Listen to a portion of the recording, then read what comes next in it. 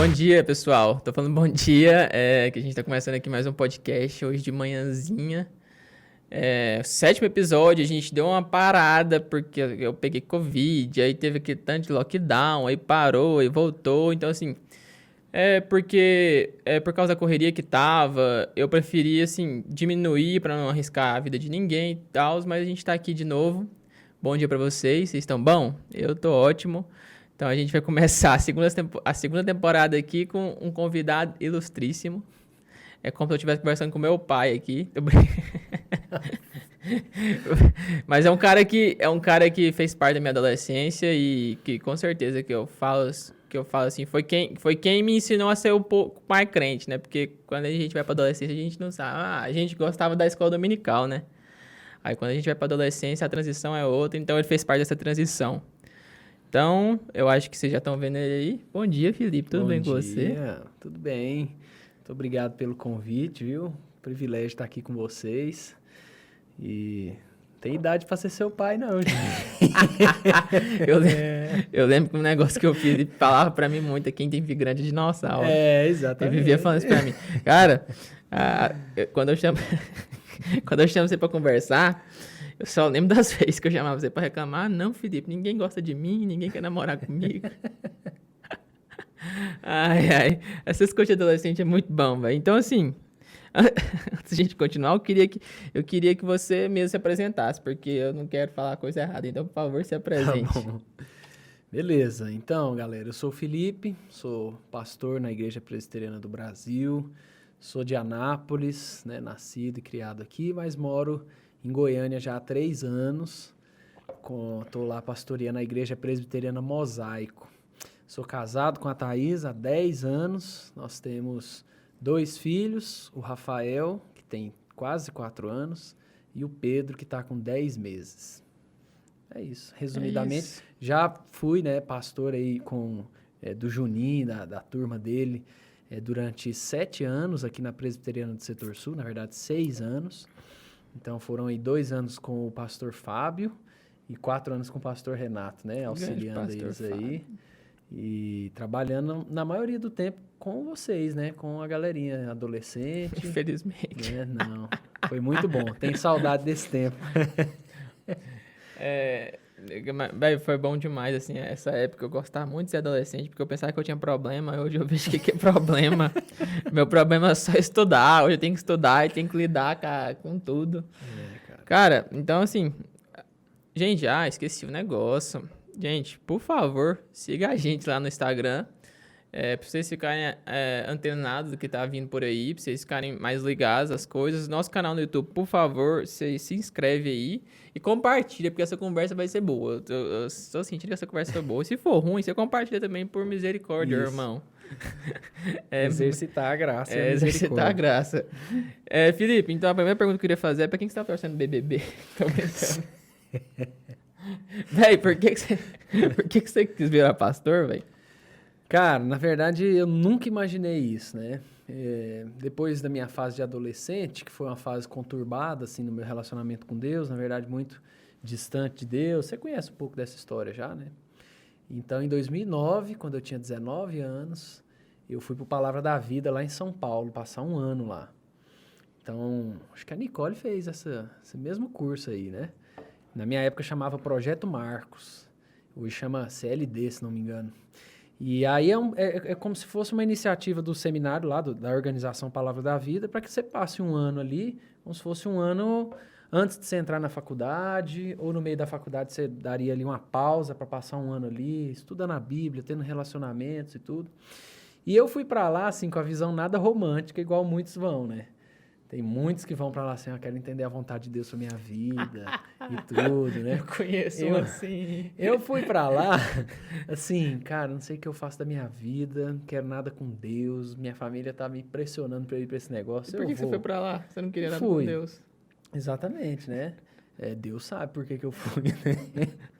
Mas aí... Calmando em Atibaia, de boa. Saí um pouco aqui de perto do povo, de algumas amizades e fui. Mas aí, antes de você ir, como é que você tava? Assim, você tava meio ativo na vida da igreja ou nada? Não. Na verdade, eu tava Eu estava num momento de crise, na verdade, né? Que eu estava vindo de uma adolescência toda bem longe de Deus. E aí tudo isso gera crise na nossa vida, né? Então eu estava em crise no meu namoro com a Thaísa, na época a gente já namorava. Estava em crise com relação à profissão, o que eu ia fazer da vida. Estava em crise com tudo, né? E achei que ali seria um tempo para eu dar uma pausa e organizar minha vida mesmo. E de fato foi, né? Então foi o ano que Deus mexeu com tudo na minha vida, assim. E lá em 2009 eu tive esse ano para ser trabalhado por Deus, confrontado por Deus em muitas coisas. Fiz amigos lá que eu tenho assim para a vida inteira. Inclusive eu fiz amigos lá em um ano que foram padrinhos do meu casamento, assim. Eu tenho amizade com algumas pessoas lá. Eu tenho amizade com algumas pessoas que eu não tenho com gente que eu convivi a vida inteira, assim, né? Então, a Nicole sabe como é que é isso, né, Nicole?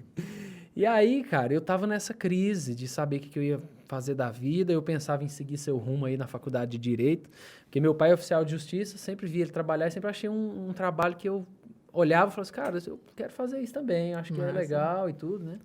Mas aí lá foi quando tudo mudou. Eu tava ouvindo um sermão do pastor Haroldo, quando ele pregava por que ele não concordava em ir ao cinema. Na época que eu estudei lá, era proibido ir no cinema, entendeu? E aí tem todo um contexto da época dele, que na época dele o cinema era meio que como um boteco hoje, né? Era um lugar muito assim, né? Enfim, nada a ver o sermão com o que aconteceu no meu coração, mas foi naquele momento que eu senti a convicção de Deus de que eu queria fazer o que aquele homem fez a vida inteira, que era servir a Deus. Um sermão de proibido proibição de cinema. Então... Como foi isso, velho? Cara, eu tava olhando pro pastor Haroldo, e ele lá já devia ter seus 90 anos, e toda uma vida dedicada a isso, né? Uhum. De missões, tanto com tribos indígenas. Ele era o fundador do Palavra da Vida no Brasil. Então, a vida inteira dedicada exclusivamente a pregar o evangelho. E eu olhando ele, aquela dedicação dele naquela idade, eu falei, cara, não tem nada mais significante que eu possa fazer da minha vida do que isso. E de lá foi quando eu decidi que esse era o rumo. Eu não sabia se eu ia fazer... se eu ia ser um missionário transcultural, alguma coisa assim, ou se eu ia ser pastor de igreja, não fazia ideia. Mas eu tinha convicção que era algo de tempo integral. E aí foi lá que tudo começou. O meu pastor na época era o pastor Alexandre, na Vila Formosa, aqui em Anápolis, né? Na Gávea agora, né? Ele tá lá na Gávea. E aí... Mas Anápolis é bom pra importar pastor, né? Não. Exportar, quer dizer? E engraçado que uns 3 anos atrás eu fui falar no aniversário da Gávea. E lá é o Leonardo Sayum, Anapolino, pastor Alexandre Anapolino. Quando eu cheguei lá, os cariocas já estavam assim, nós não aguentamos mais Anapolino aqui. Então foi isso, eu entrei em contato com ele, a gente começou a se falar, eu falei, cara, eu acho que é isso que Deus tem pra mim, eu tô com o coração pegando fogo nisso aí, é isso que eu quero. E foi muito interessante porque o pastor Alexandre me abraçou nesse sentido, assim. Ele falou assim, não, vamos junto então. E aí foi me dando cada passo a passo que eu deveria fazer. E hoje, olhando para trás, eu não sei se eu acreditaria em alguém como ele acreditou em mim na época, né? Porque eu vim de uma adolescência inteira problemática. Fui pro Palavra da Vida. Aí o cara volta para ser pastor.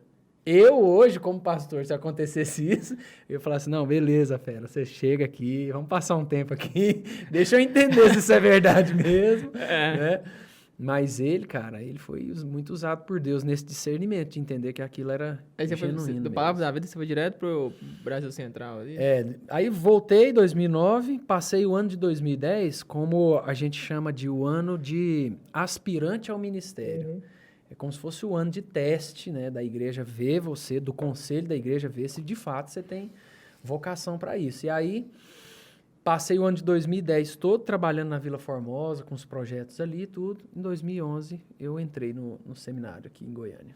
Quando o Felipe chegou para ser meu pastor, a primeira coisa que eu fiz foi olhar nele assim, o braço cheio de tatuagem. Acho que eu toquei minha mãe assim, mãe, pode ter tatuagem, tatuagem não é pecado. Acho que tem muitas mães de adolescentes que tem ficou muita com raiva de você. Porque vocês ficavam lá, o pastor tem tatuagem, também quero fazer. Cara, mas então assim, sua conversão você diria que foi no Palavra da Vida? Não, cara, eu acho que esse negócio é um negócio muito relativo, assim, de experiências pessoais, né? Mas eu acredito que eu me converti, que eu conheci Jesus como meu Salvador num Acamupa quando eu tinha 12 anos de idade. Só que eu creio que em 2009 eu conheci Deus não só como meu Salvador, mas como o Senhor da minha vida. Então não era para eu levar a vida de qualquer jeito, né? Eu entendo isso, eu não sei nem se isso teologicamente está correto, mas eu entendo que quando eu tinha 12 anos, eu lembro exatamente do dia, do lugar, da pregação, foi quando eu conheci Jesus como meu Salvador. 12 anos? Isso 12 foi anos. Acamupa 12. Camupa 12? Foi em que ano isso aí? 2002. Nossa. Você já era nascido? Já. 2 anos, mas já era. Foi meu primeiro Acamupa, quando eu tinha 12 anos, 2002, lá no Tio Bima, pregação do pastor Alexandre. Ele fez uma bíblia de papel de mentira, assim, jogou no meio do lago a bíblia, assim, que não era bíblia, tá, gente? Era só um livro. Assim, era no meio do sermão dele, tudo, foi ali. Mas, assim, né, eu costumo dizer isso, que eu conheci Jesus como meu Salvador, mas parece que eu não entendi ele como Senhor da minha vida ainda, né? Foi um processo, porque depois daquilo eu passei a minha adolescência muito longe de um relacionamento com Deus, né?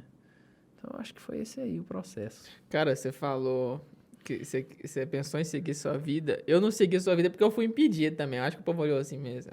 Porque eu pensei pro CLD, né? Uhum. Até conversei com o pastor, mas assim, ficou naquele negócio, não sei, assim, e eu também muito indeciso, muito com esse pé atrás, e aí eu falei, velho, vou pro direito, assim, foi o que eu fui estimulado, né, velho, mas eu penso assim, será? Uhum. Mas eu acho muito massa isso, e cara, esse apoio que você falou é sensacional, assim, porque, eu acho que você não vai lembrar disso, mas eu acho que você foi um cara que me motivou muito, porque você foi um cara que acreditou em mim, esse negócio de acreditar é complicado, assim, eu meio assim... Aquele gordinho que ninguém dava muita fé, assim, velho. E quando você virou pra mim e falou, putz, esse ano você vai ser conselheiro da Camupa. Cara, isso aí, putz, eu já falei, putz, olha a responsabilidade isso. Então, assim, eu acho que você acreditou em mim, que eu nunca achei ninguém, assim, foi só muito tempo depois, assim, pra acreditar em mim, assim, porque eu lutei com isso, porque logo depois que você saiu, pra você ver, eu já fui removido de tudo. Eu já começava a ficar com o pé atrás em mim. Eu falava, o Felipe acreditava em mim. Mas enfim, velho. Mas é também, Juninho, nesse negócio aí, eu lembro da situação delicada da sua família, né, por muitos anos e tudo. Então, eu via você ali firme na igreja, sempre junto com a gente. Eu sabia que aquilo envolvia uma luta, assim, um esforço que nem todo mundo sabia, né? Nem todo mundo enfrentava. Então, é por isso que eu falava, cara, o Juninho realmente ama a Deus, porque se ele tá aqui diante dessas dificuldades, é porque é um menino que realmente ama a Deus, né? Não é porque eu não tinha nada pra fazer, eu tô brincando.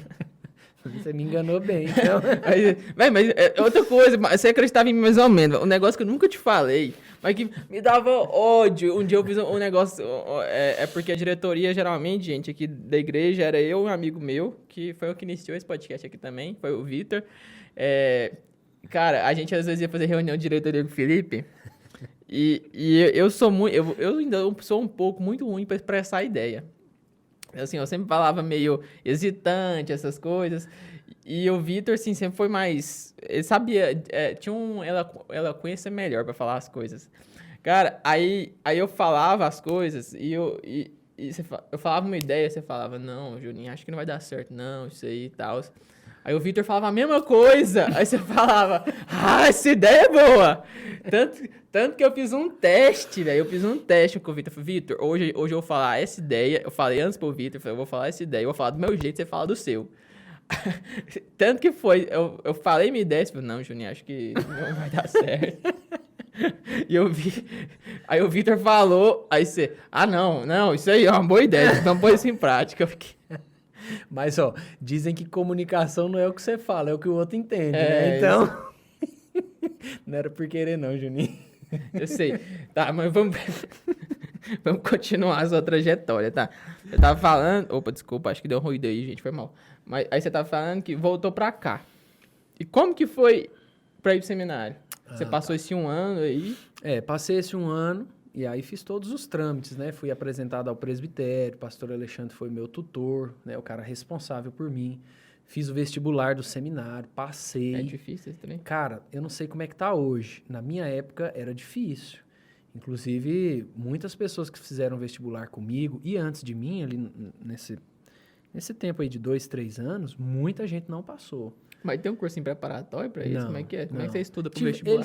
Eles lançaram na época, eu acho, em vista desse vestibular mais pesado, tinha uma semana lá no seminário que você podia ir, que os professores iam dar um reforço sobre as matérias que iam cair ali. Porque era assim, era conhecimentos bíblicos gerais, inglês e tudo mais, né?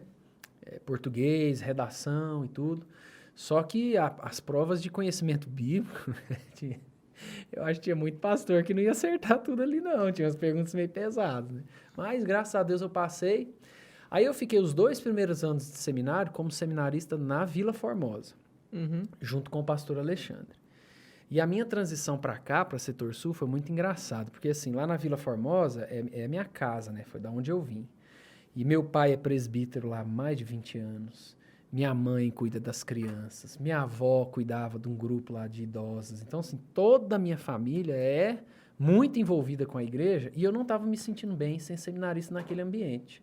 Eu acho que eu não ia crescer, sabe? Sei O pai como que é. presbítero, a mãe ali, tudo, todo mundo me conhecia desde criança.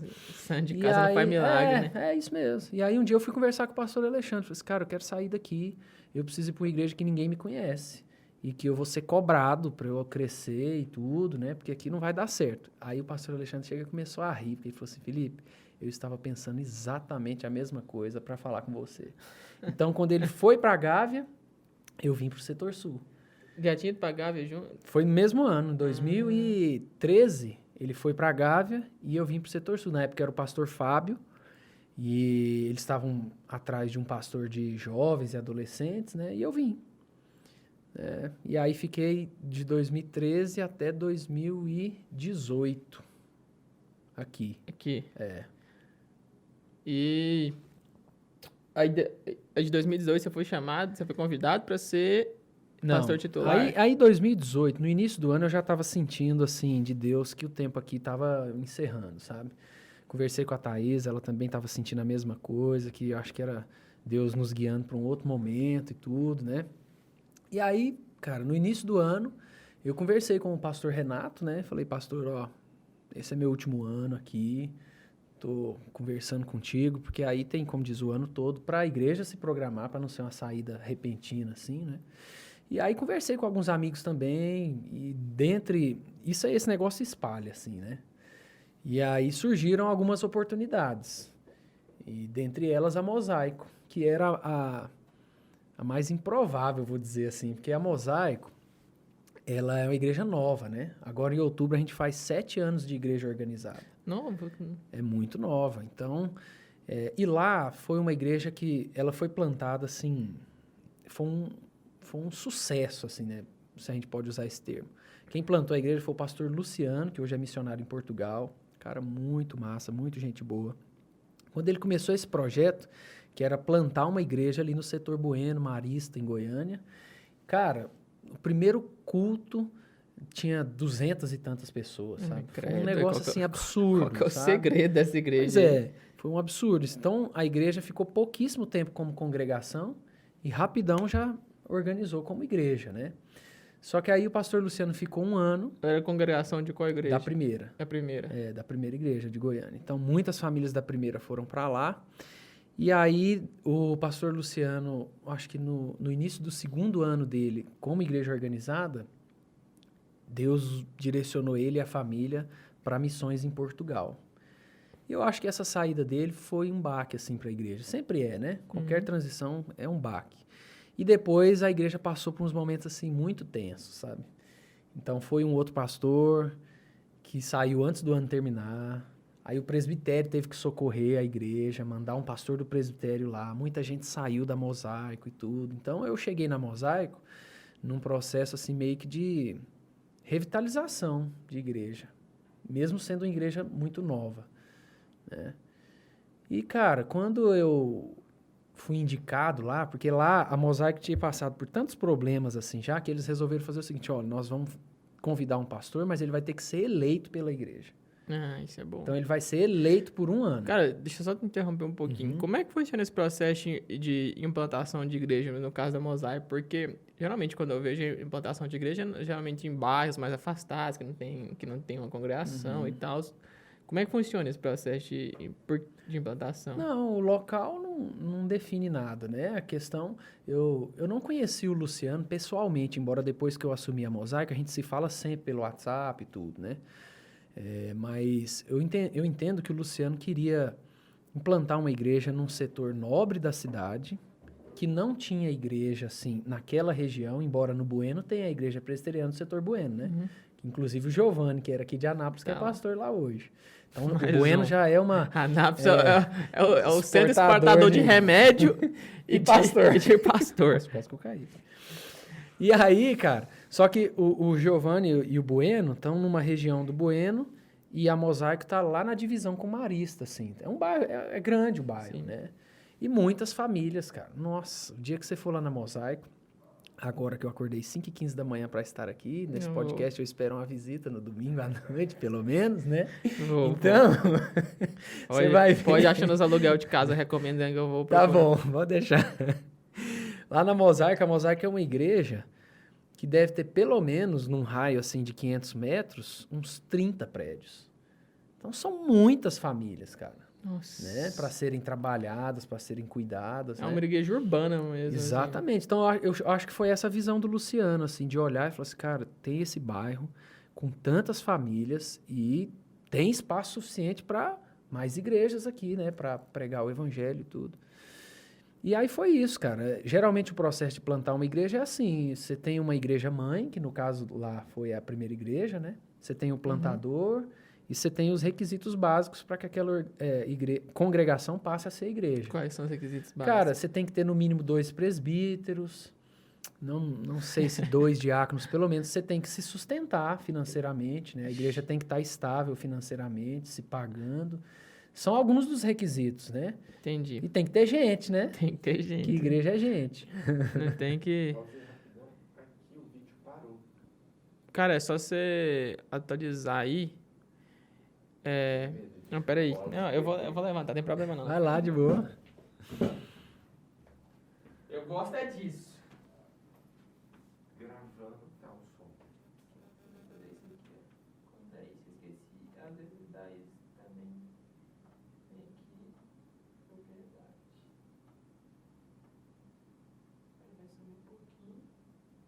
Gravando aí, Nico?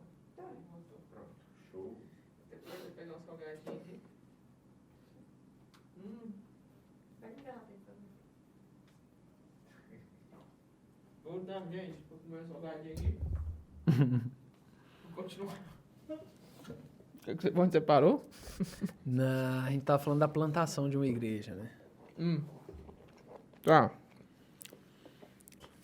Quem tem negócio de comida agora vai morrer aí. Cara, mas aí, você viu muita diferença? Porque, igual eu falei, a Mosaico é uma igreja mais urbana. Mas, assim, centrão mesmo, muito corrida. Esse dia, segundo, acho que eu tava no Marista fazendo um exame lá. E lá é outra realidade. Diferente dessa igreja aqui, que é uma igreja mais de subúrbio aqui. Então, você viu essa muita diferença aqui? Cara, e isso é a principal diferença, assim... Principalmente nas estratégias que você tem que ter como igreja, né? Quando você está num bairro de mais casas ao invés de prédios, um bairro de uma talvez um nível financeiro mais baixo. Eles são mais ricos, gente.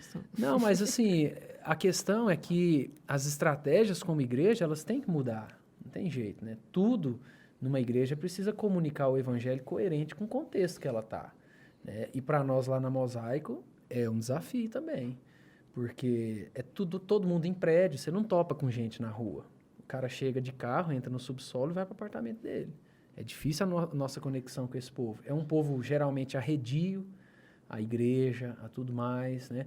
É diferente quando você está num bairro mais humilde, assim, você faz um dia das crianças, coloca um pula-pula na rua, um tanto de cachorro-quente, cara, ferve de família, você faz contato com essas famílias e tudo.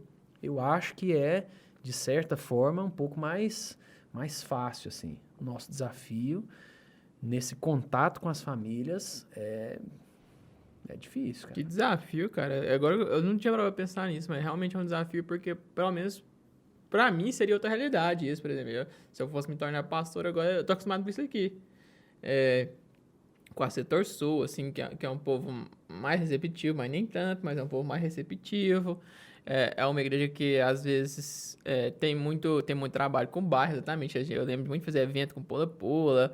Você queria trazer adolescente pro evento, aí você fala, vai ter lanche. Aí enchia de...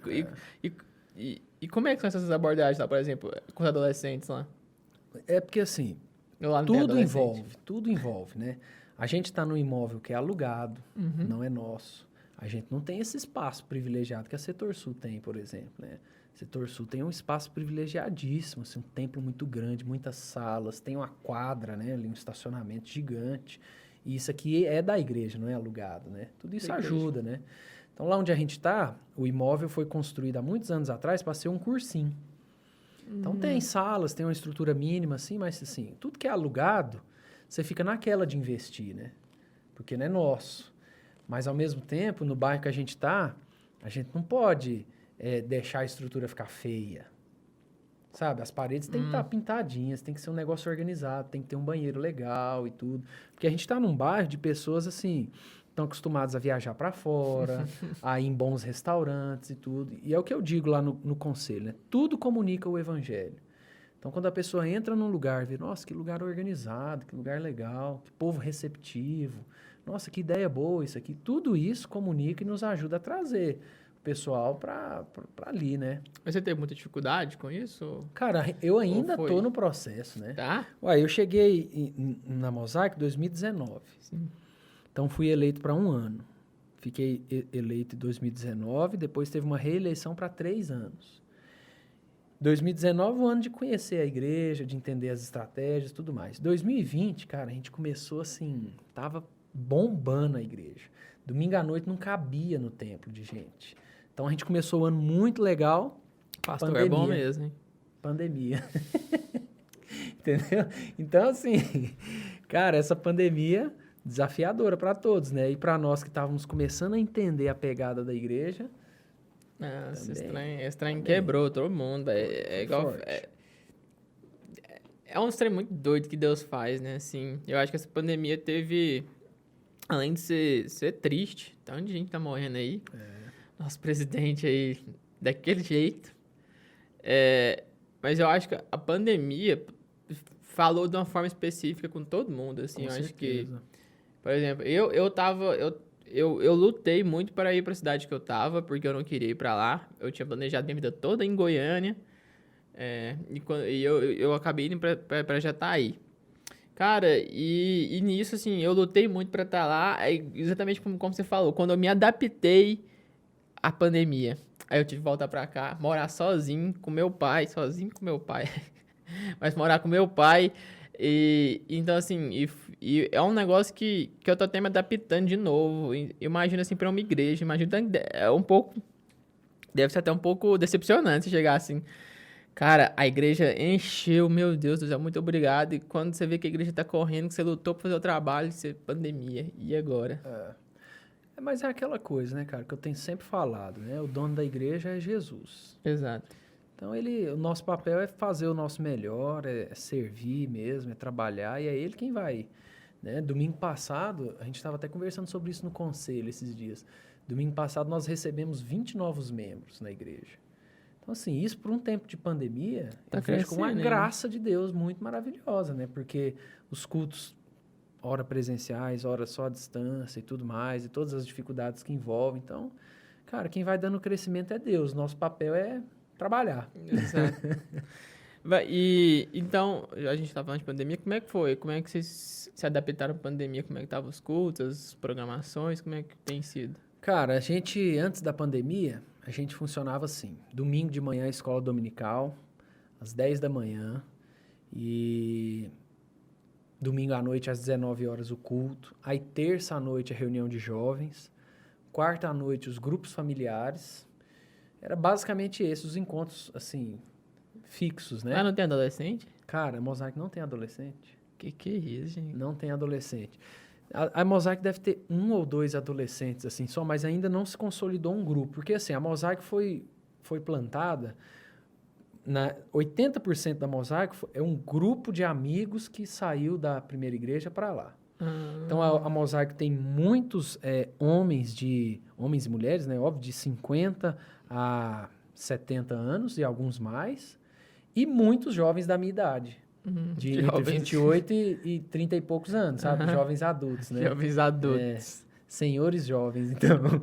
Então, assim, nosso grupo de jovens lá, nessa faixa etária, deve jovens ter... casados. É isso aí. Pior que aqui é assim mesmo, assim. Só que aqui tem adolescente, não tem jovens da minha idade, muito assim, nessa faixa de 18 a 24 anos, não tem muitos jovens, mas depois tem vários, assim, de 25 a 30, Pois tem é. muitos. A Mosaico entre 25 anos e 35 anos, cara, deve ter umas 60 pessoas. Nossa, é uma igreja muito jovem, então, cara. Eu E acho aí, agora, o que tá acontecendo? Recém-casados, ó, esse é meu 3º ano lá, eu já fiz, eu acho que 3 ou 4 casamentos.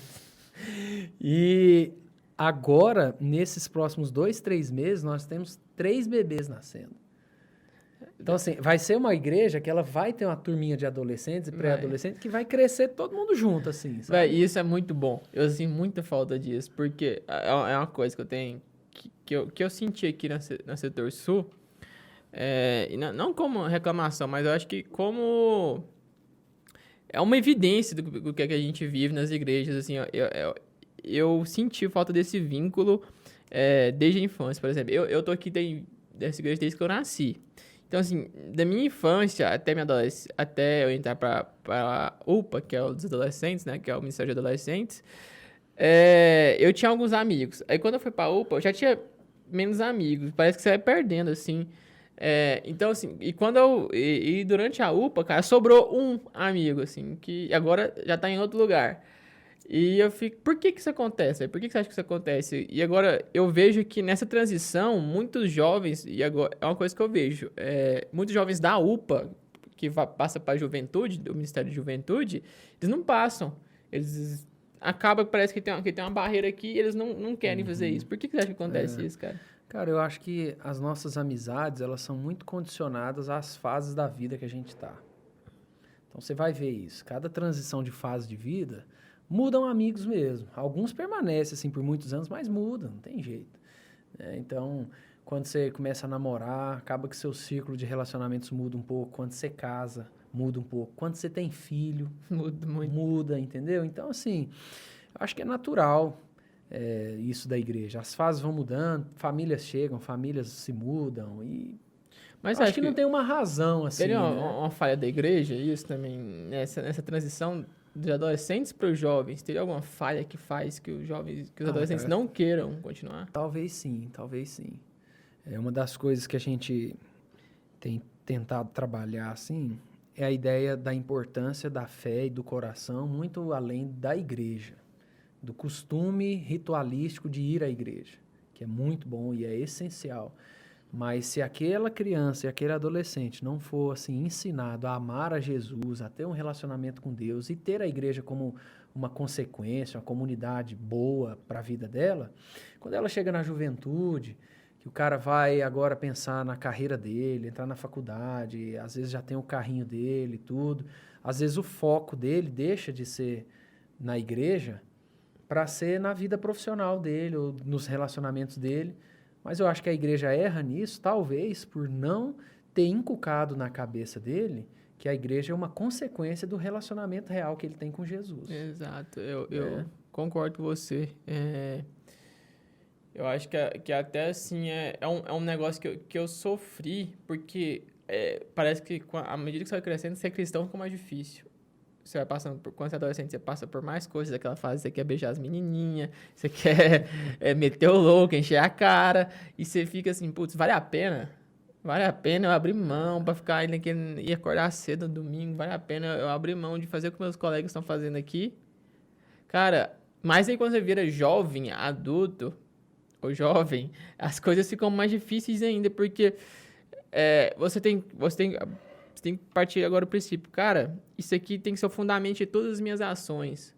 Exato. Eu acho que esse é o problema que eu vejo, é que os adolescentes não fundamentam isso, porque eles partem do princípio que eles vão para a igreja para conseguir alguma coisa. Eles vão para a igreja porque eles têm que ir para a igreja. Mas eles não vão para a igreja porque eles amam. Eles não vão para a igreja porque o fundamento da vida deles é a igreja. Ou nem a igreja, né? Deus em si. É uma coisa que eu percebi muito quando eu fui para a faculdade, que eu tomei um choque lá, velho, porque eu falei, cara, eu tô indo para a faculdade federal agora, e agora? E agora? O que eu vou fazer da minha vida? Eu tô indo sozinho, tô indo morando sozinho. E, cara, eu sempre fui o crentão chato. Eu não quero ser o cara que chega apontando dedo nos lugares. Então, e o que eu faço? E foi um negócio que eu tive que aprender à força. A partir do momento assim, cara, é o que a gente chama de cosmovisão, né? Fala, cara, eu tenho um fundamento. Meu fundamento é o cristianismo. E tudo que eu fizer, eu não preciso fazer declarando isso, mas tem que estar em harmonia com isso. Claro, a base, né? A base tem que estar firme no seu coração, na sua mente ali. E eu acho que uma coisa que dificulta também algumas igrejas é entender os tempos e se adaptar aos tempos, né? Por exemplo, a nossa reunião de jovens funciona na terça, porque os jovens lá da Mosaic, eles têm uma vida muito ativa de fim de semana. Então, tem 2 jovens lá que são músicos profissionais, eles tocam nas noites lá de Goiânia e tudo. Esse povo tem casamento pro lado do vento, é aniversário. Agora, em pandemia, diminuiu, né? Então, se a gente fizesse reunião de jovens tradicionalmente sábado à noite, não ia dar ninguém. E com razão. Então, essa foi uma das estratégias. Falei assim, não, então vamos fazer na terça, que vai ser meio que um pequeno grupo de jovens. Então, a gente encontra lá na igreja, tem a reunião, sai para lanchar depois. Então, eu acho que falta, às vezes, da igreja essa adaptação. A escola dominical, por exemplo, né? Não precisa ser domingo de manhã, né? Escola Dominical. dominical, né? Mas o que tem na escola dominical que é importante para a vida de uma igreja? É o ensino bíblico, a comunhão e tudo mais. Isso pode acontecer em outro momento. Inclusive aqui acontece em outro momento, né? Na terça à noite, né? Então, eu acho que é isso. Eu fico pensando, por exemplo, numa família hoje, que o cara trabalha de segunda a sábado, a mulher também trabalhando naquela correria, com filho e tudo. Cara, domingo de manhã, a maioria desse povo, eles querem descansar, cara, querem ficar com a família, sair para ir lá num parque com os filhos e tudo, sabe? Isso não é pecado. Então, eu acho que a igreja tem que ter essa sensibilidade que os tempos vão mudando e as estratégias também têm que ir mudando. Eu acho que isso é muito massa, cara, esse ponto que você levantou, isso, porque é exatamente isso. Às vezes a gente se prende muito numa cultura. A gente pega a cultura e quer transformar aquela cultura em dogma. A gente pega a cultura do Antigo Testamento, dos sábados, e quer transformar. Não, o dia santo é sábado. A gente pega a cultura e às vezes, por que tem que ser no domingo, exatamente? Por que a escola dominical tem que ser no domingo? Por que não pode ser outro dia? Por que... eu acho engraçado isso, eu acho muito massa essa visão que você tem, assim, de, cara, pode ser outro dia. É igual você falou, a realidade aqui em Goiânia é totalmente outra, a gente tá no capital aqui, chega fim de semana, tem pessoas que vai trabalhar que o fim de semana é para as pessoas trabalharem, ou se não, pelo menos descansar. É igual eu falo, eu não aguentava, assim, no batidão, ir pra igreja, acordar cedo pra ir pra igreja de manhã, porque às vezes até o desempenho diminui. Putz, num horário que eu podia me dedicar muito mais para isso, que eu podia estar mais atento à palavra, que eu podia ficar mais ligado, eu vou passar para domingo de manhã só porque é convencional isso. Mas é por isso que é o desafio. Cada igreja tem que entender seu contexto e as melhores estratégias para esse contexto, né? A Mosaic, por exemplo, ela foi plantada sem escola dominical. A escola dominical foi implantada depois. Hoje a gente ainda tem escola dominical, porque a gente ainda está naquela fase assim, e aí? Né?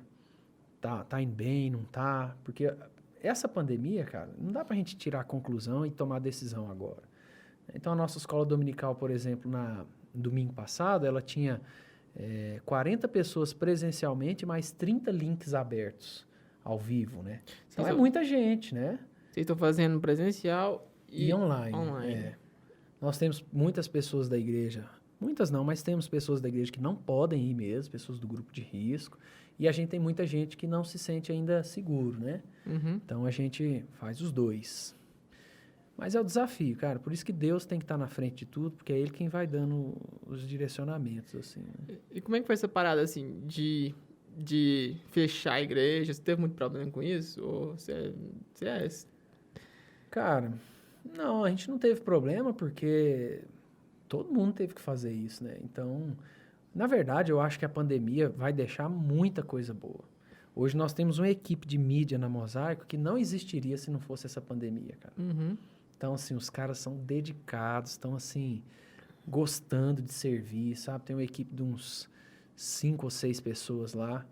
Então, fizemos o aplicativo da igreja que eu estava te mostrando. Essas coisas eu acho que não iriam acontecer se não fosse, assim, o que a pandemia exigiu, né? Então, a gente teve que fazer mais material online, cultos online e tudo mais. Então, eu acho que nós vamos colher muitos benefícios dessa pandemia, sabe?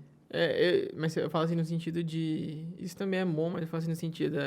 Você achou ruim ter que fechar a igreja, assim? Com certeza, cara. Com certeza.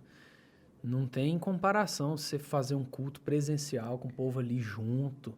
Pregar, cara. A pior coisa do mundo é pregar pra câmera. E formato. Nossa. Sabe? Você pregar pra gente te olhando ali e tudo. É assim, né? Que é o normal, né? Então, mas a gente teve que adaptar. E graças a Deus, Deus foi abençoando e tá abençoando até agora. Cara, e o formato, assim, eu acho que pega muito, porque tem que inovar. Às vezes a pessoa... Às vezes eu vi igrejas que fizeram até com bom gosto, uma tentativa de fazer culto online, mas com aquela qualidade menos, assim... Que era mais difícil entender, ou senão é aquele mesmo formato de um culto presencial, que às vezes é chato de se assistir pelo computador. E até reunião, assim, esses pequenos grupos, eu acho, é muito mais massa quando você tem... Porque eu acho que o maior objetivo desses pequenos grupos é justamente a comunhão. Exatamente. É você estar lá do lado, é você parar um dia da sua semana, por um dia de semana, cheguei cansado do trabalho aqui, mas em vez de você fazer aquele mais um mês, você fala, putz, agora eu vou encontrar com o povo da igreja, vou dar aquela alegrada, você compartilha seu dia a dia. Igreja foi feita para relacionamento, né, cara? E presencial, né? Mas nós precisamos entender as coisas que Deus quer nos ensinar nesses dias, né? E não tem o que fazer, né? Se desse uma lei aí, não é para reunir, não tem como, não é para reunir, né? Não tem como. Então, a gente começou uma reunião de oração agora toda quarta pelo Zoom, né? E assim, isso tem sido muito bom, porque tem alguns irmãos que não podem ir. Então, há 2 anos, praticamente, né? Aliás, um ano e pouco já. Um ano e pouco. Sem ir na igreja, cara. E o pessoal, assim, geralmente o pessoal mais velho é o pessoal que mais sente falta. Eles não são dessa geração online, né? Então, assim, essa reunião de oração na quarta, a gente pode se ver ali. Nossa, tem sido muito legal. E, cara, agora a gente falou muito pra mosaico, mas por que esse nome mosaico? Geralmente a igreja tem nome, aqueles nomes assim, o Vale do Hermon, ou é o nome do setor, ou é o nome, alguma coisa da Bíblia, Betel, Betesda. Por que esse nome mosaico? Cara, eu nunca perguntei pro Luciano especificamente por quê, mas eu entendo que a ideia do mosaico, inclusive se você der uma olhada na logo da igreja, ela é um monte de pecinhas quebradas de cores diferentes que se juntam em torno da cruz, né? Então, a ideia do mosaico é justamente peças quebradas de diferentes cores que talvez não se encaixaram em nenhum outro lugar, mas que em volta da cruz se forma uma obra de arte, né? Então, que é a ideia de uma igreja. Gente diferente, personalidade diferente, culturas diferentes, mas que ao redor do evangelho, aquilo se torna algo bonito, né? Que bonita, eu nunca tinha pensado nisso. É isso aí. Mas tem alguma coisa a ver com o movimento mosaico, esse nome? Não. O movimento mosaico, eu conheci o movimento mosaico, né? Através do Pijama, Thiago Boca, essa galera ali de Goiânia. O movimento mosaico, ele tem essa ideia de trazer e resgatar a importância da unidade da igreja. Então, inclusive os eventos que o movimento mosaico proporciona, são eventos assim, que tem pessoas de várias instituições, de várias igrejas. Então, sempre foi esse movimento assim, de unidade, de trazer mais para perto a igreja brasileira como um todo, né? Mas não tem uma relação direta assim, não. Tem a relação porque assim, eu faço parte do movimento mosaico e sou pastor na igreja presbiteriana mosaico, né? Mas o movimento mosaico ele ainda está em voga? Ou o que virou? Cara, é aquilo, né? É um movimento, né? Eu acredito que Alguns irmãos lá que estavam mais à frente das iniciativas estão em fases de vida diferentes, cara. Filho pequeno, compromisso de igreja. Então, isso acaba dando sei lá, talvez uma recapitulada em... Mas foi uma coisa que eu senti, cara, assim, entrando um pouco nesse tema, foi uma coisa que eu lembro que uma vez que eu fui comprar um livro aqui na igreja também, eu fiquei entre comprar um do Movimento Mosaico e comprar outro livro, não sei. Eu perguntei pra você, Felipe, qual livro você me indica? Ele falou, não, esse aqui do Mosaico não indico não, que é uma leitura muito densa. E realmente, agora, quase 4, 5 anos depois, eu fui ler, realmente, agora, eu não entenderia naquela época, assim, a complexidade que é essa desunidade da igreja. Hoje eu vejo isso. Hoje eu vejo que é uma falta de unidade da igreja, assim, às vezes as pessoas levam demais essa briga por denominação e ao invés de ter isso como uma ajuda, como um norte, eles pegam isso como... Eles substituem o evangelho por a mensagem de Calvino, a mensagem arminiana, a mensagem luterana. E fica nessa briga, ao invés de se unir e tentar... Claro que vai ter as contraposições, mas tentar unir essas coisas. Não só a igreja em si, mas a igreja com a política, assim, indo pro lado de Kuyper, assim, Kuyper falava muito essas coisas massas, né? De você... Ele fez essa transição, né? É. Ele deixou de ser pastor para ser da área política, né? E partindo daquele fundamento cristão, assim, ele continuou sendo cristão. Exatamente. Mas você vê essa desunidade hoje em dia ainda? Você vê isso? Ah, cara, existe, né? Mas eu acho que não é tão difícil da gente pensar nisso, porque a nossa base tem que ser a Bíblia. É a palavra de Deus. É claro que dentro da Bíblia, nós vamos ter algumas posições que a gente chama de posições periféricas, né? Alguns posicionamentos teológicos da presbiteriana, que podem ser um pouco diferentes da batista, da assembleia, da luterana, mas são pontos periféricos se a base for a Bíblia. Ou seja, são pontos que não são suficientes para nos separar, nem podem.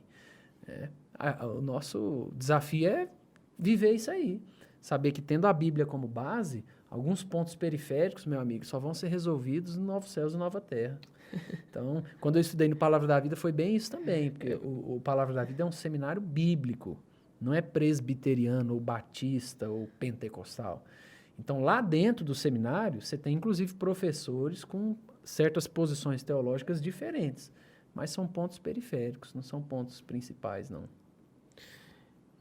Mas você acha que esse atrito, essa facção acontece dentro das igrejas também, assim, no interior, por exemplo, dentro da igreja presbiteriana? Você acha que existe essa briga ou é algo mais consolidado? Juninho, onde tem gente, tem problema. Então, toda igreja vai ter problema. Eu tenho o pastor que eu gosto de ouvir, às vezes, o Neil Barreto. Eu gosto de ouvir aquele cara, porque às vezes ele fala muito rasgado algumas coisas que a gente gostaria de falar, mas não tem coragem, sabe? Então, ele usa muito esse exemplo. Ele fala assim, olha, se você deixou de ir na igreja porque foi na igreja e viu que a igreja tem problema, toda igreja tem problema mesmo. Se você chegou aqui nessa igreja, ela acabou de se tornar um problema porque você chegou. Então, onde tem gente, cara, tem problema, porque nós ainda estamos sob a influência do pecado no nosso coração. Então, nós temos falhas de caráter, nós temos pecados e isso gera intrigas mesmo, né? Nosso desafio é ter um coração sensível à voz de Deus e saber conviver com as diferenças, né? É igual você falou, né? Exatamente, eu acho que aí completa com mosaico, né? De pessoa quebrada, pessoa problemática, Exatamente. pessoa que corta, mas que pela cruz se une. Tanto que a missão da igreja, lá no início da frase da missão da igreja, tem que a missão da igreja presbiteriana mosaica é acolher pessoas.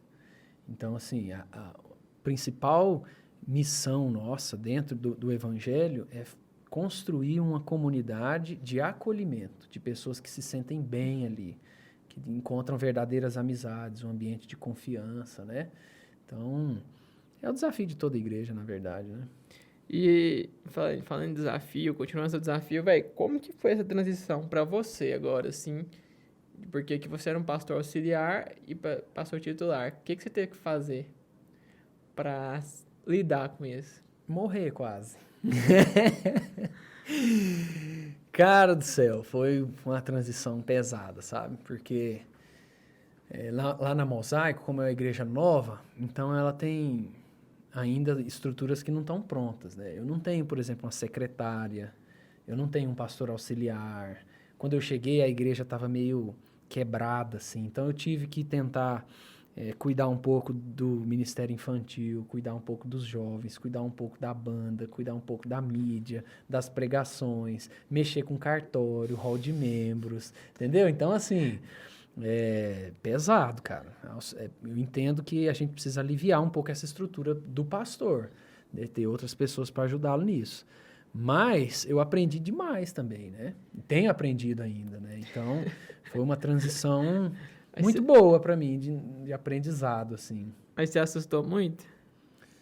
Cara, não assustei muito, não. Eu senti, assim, no começo... tudo é a experiência, né? Eu cheguei em 2019 querendo salvar o mundo, né? Então, eu fui tentando mexer em tudo e cuidar de tudo. Cara, no meio do ano eu já tava, assim, pensando que eu ia cair na depressão. Tanto que eu tava cansado. Mas é aprendizado, né? Aprendizado você saber, não, calma aí, eu tenho que pisar no freio. O que eu tenho que dar prioridade? Isso aqui vai ficar para depois. Então, a gente conversou no conselho, falou, olha, quais são as nossas prioridades agora? Não, as prioridades agora são os jovens e as crianças. Então, nós focamos nisso. Né? E aí, aos poucos, a gente foi, graças a Deus, né? Deus foi mandando pessoas, igual o grupo da mídia hoje, é um grupo que eu nem dou pitaco. Os caras mandam ver. Cara, né? Isso é interessante, né, velho? Assim,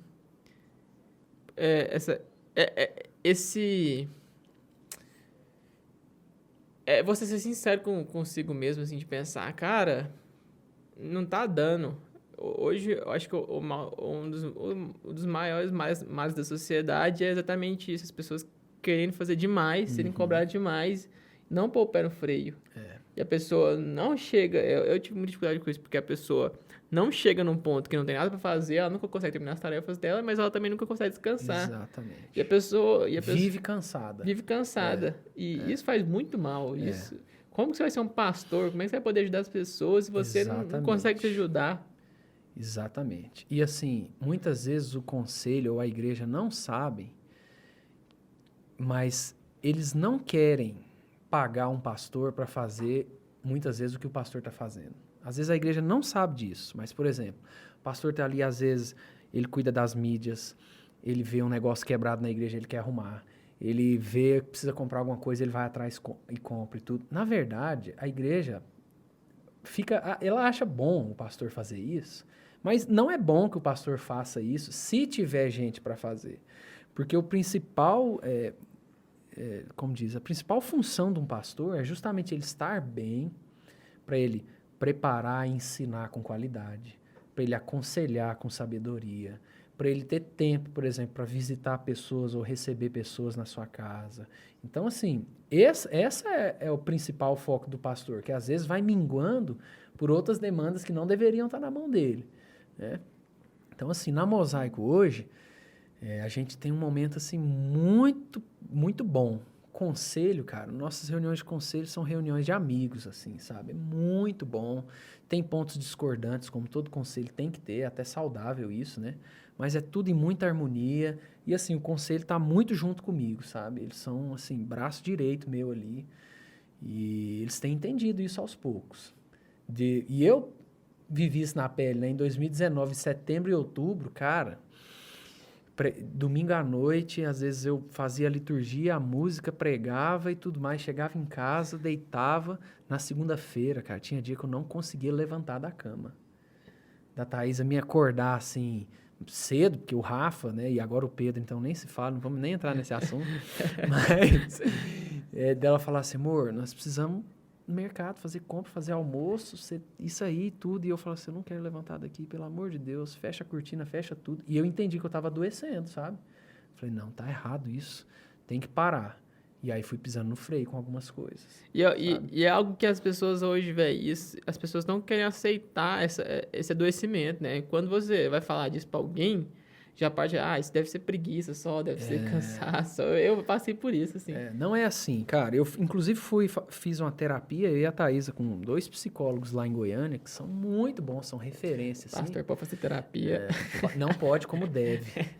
Eu Não sei. só pode como deve. Cara, eu fico pensando, velho, porque antes eu pensava que o pastor era só inteligente, era um fez seminário, era inteligente, mas assim, para fazer uma aplicação, e agora fazendo alguns estudos bíblicos, às vezes que eu faço aqui, você tem que olhar tanto, você tem que pegar um livro, tirar uma frase de um livro, um comentário de outro livro, e aí buscar aplicação, e falar, véi, como é que faz isso? E como é que cuida da ovelha? Como é que você tem paciência pra ouvir os outros falando e tal? Cara. Só sabe quem passa na pele, não adianta não. E aí esse psicólogo me falou justamente isso. Falou assim, Felipe, você sabe o que é a depressão? Ou transtorno de ansiedade? É alguém que era muito bom em alguma coisa, não soube dosar o tanto que ele estava trabalhando aquilo e, de repente, o corpo sente e desliga. Sabe? E a pessoa afunda. Então, tem que tomar cuidado para não chegar nesse ponto do seu corpo desligar. E aí eu comecei a entender. E assim, é bom porque hoje eu consigo perceber quais são os sinais que eu tô estressado demais, sabe? Então, quando eu começo a sentir esses sinais, a Thaisa também já sabe, fala assim, tá na hora de pisar no freio. Então, essa noite não vamos marcar nada, vamos ficar aqui. A vantagem é que os nossos meninos, 7 da noite, eles dormem, né? Então, falou assim, 7 da noite os meninos vão dormir, vamos sentar e assistir uma série. Eu deixo meu celular longe de mim, não respondo mensagem, sabe? Então, cara, tem que ter essa moderação, porque não tem condições de eu cuidar de uma igreja, e é claro que eu não cuido sozinho, né? Tem todo um conselho, mas não tem como eu estar bem para ser suporte na vida de outras pessoas se eu estiver doente, né? Não tem, cara. E a Thaisa, é muito bom que a Thaisa, pelo que você falou, entende isso, né? A Thaisa é muito companheira, cara. E assim, como a gente está em Goiânia, a gente não tem família perto, né? Com 2 crianças pequenas, cara, é muito difícil. A rotina é muito pesada. Exato. Sabe? Aí junta esse negócio, os 2 filhos ainda, velho. Por exemplo, o movimento que a Thaisa vai fazer hoje, porque eu não vou chegar a tempo de levar o Rafa na escola, dela pegar o Pedro, pôr na cadeirinha chorando, e pega o Rafa e arruma a lancheira, e arruma o uniforme. Só esse movimento dela fazer isso sozinha já é um estresse grandioso, entendeu? Então é pesado, cara. É o trânsito de Goiânia, é aquilo. O carro tá sem gasolina, tem que abastecer aí e tal. Então, assim, tudo envolve muito esforço. Cara, é complicado, viu, cara, assim, mas que bom que tá dando certo aí. Não, com certeza. Deus bom. tem cuidado muito bem de nós, viu? Que bom que e nesse tempo de pandemia, igual você falou, é impressionante como você não pegou esse vírus ainda, né, velho? Não sei, né? Já fiz testes e deu negativo. Cara, né? porque ainda mais nessa fase, gente, pastor, porque eu peguei Covid, velho, eu não passei mal, não, eu passei raiva, cara, nossa. Ele afeta a mente de um jeito, velho, que você fica, eu ia sentar pra assistir aula, eu queria morrer, mas não queria fazer aquilo, eu queria ficar deitado. E assim, é muito ruim, mas graças a Deus, estamos aqui firme e forte. Cara, e o corpo sente. A gente às vezes esquece que a nossa mente, ela é responsável pela nossa imunidade também. Em 2019, quando eu cheguei na igreja, que eu fui tentando salvar o planeta, né? E aí fiquei ruim no segundo semestre, cara, eu peguei uma infecção de garganta, de ouvido, de nariz, de tudo, que eu tive que ficar 3 dias assim, deitado. É justamente assim, a sua imunidade vai lá embaixo, cara. Você adoece, então tem que cuidar. Exato. Gente, vocês têm alguma pergunta pro Felipe? Alguma coisa que vocês querem levantar? Nadinha? Felipe, você é um cara sábio, cara. Assim, falando com você, eu tive mais isso ainda agora. Mas obrigado por ter vindo aqui. Que isso, eu que agradeço. Obrigado, Thaís, por ter deixado o Felipe ter vindo aqui. Agora tem que pôr os meninos tudo no carro, sozinha. Valorizem a esposa do pastor. Mas enfim, velho, eu acho que foi um papo muito bom. Quanto tempo deu aí, Thiago? 1 hora. 1 hora, certinho. Olha só. Muito obrigado. Você tem alguma coisa pra dizer aí agora pra encerrar? Eu que agradeço. Muito obrigado. Tá, a estrutura aqui muito legal. Parabéns aí pela iniciativa. E quem tiver por Goiânia ou for por Goiânia, passa lá na Mosaico pra vocês conhecerem, a gente encontrar. Vai ser um prazer receber vocês lá. Graças a Deus. Você vê que eu acho que se eu tenho um dom é este reunir gente picada, porque eu pego cada um de uma igreja e falo, gente, vamos tacar nesse projeto aí. Mas e você tem algum conselho de sabedoria pra gente? Conselho de sabedoria. Um conselho de Salomão, cita aí. Conselho de Salomão. Não comam fritura, como o Juninho tava comendo aqui agora. De manhã. O que mais? Ainda mais se Conselho de você tiver sabedoria. gastrite. Beba muita água. Beba muita água. Não abra mão da sua devocional diária com Deus. Exato. Não abra mão da sua igreja. Ajude o seu pastor. Eu acho que a gente aprendeu aqui. Tenha disposição para servir, porque sempre tem lugar para todo mundo que quiser servir. E servir é bom, cara. Você sabe. É benção. Servir é benção. Eu amo. É igual eu falei, cara, assim... Já terminando, né? É igual eu falei, por tudo que eu passei, e você sabe um pouco da minha história, e até eu tava na faculdade, por tudo que eu enfrentei, porque agora é um desafio intelectual, que era um desafio mais de convivência, será que vale a pena abrir mão de fazer isso para ir pra igreja? Agora é um desafio intelectual, ainda mais na faculdade, assim, é muita teoria materialista, é muito materialismo, é muito humanismo, é muito focado no ser humano só, no hedonismo. E aí você começa a se questionar. Você fala, nossa, será que vale a pena essa vida? Será que vale a pena? Será que eu tô vivendo a vida certa? Será que eu não me martirizei à toa?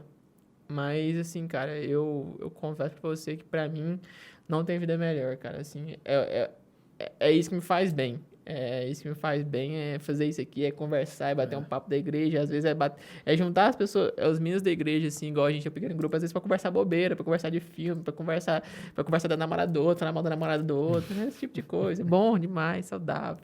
Falar mal, assim, com decência. Falar mal com amor, né? Com amor. Olha só, esse é um novo... Esse conceito eu ainda não conheço. Falar, rapaz, seu namorado tá mandando demais você, para com isso. Juninho, uma coisa que eu queria falar antes de terminar é que, igual você falou que tinha, às vezes, esse sonho de ir pro seminário, pastor e pregar e tudo mais. Cara, uma das coisas que a igreja presbiteriana mais tem falta é de presbíteros que entendam que são pastores. Então, você, na sua profissão, seja ela qual for daqui a uns anos, como advogado ou concursado em alguma área, você pode e deve ser também um pastor dentro da igreja. Presbítero é pastor. Então, você pode, mesmo sem ter ido para um seminário, fazer isso de tempo integral, você pode ser um cara que vai pastorear e cuidar de vidas, entendeu? E a igreja precisa disso. Muitas vezes a gente perde bons presbíteros para pastores que não era aquilo que Deus chamou eles para fazer. É pastor ruim, bom presbítero. Ou não é nem sentido de ruim, mas pastores que vão, às vezes, se sentir muito infelizes no que fazem. Às vezes você, como um advogado, sendo presbítero numa igreja, vai exercer a sua função pastoral dentro da vocação que Deus te deu. É isso aí. Amém, gente. Obrigado. Valeu, galera. Bom dia pra vocês. E boa semana.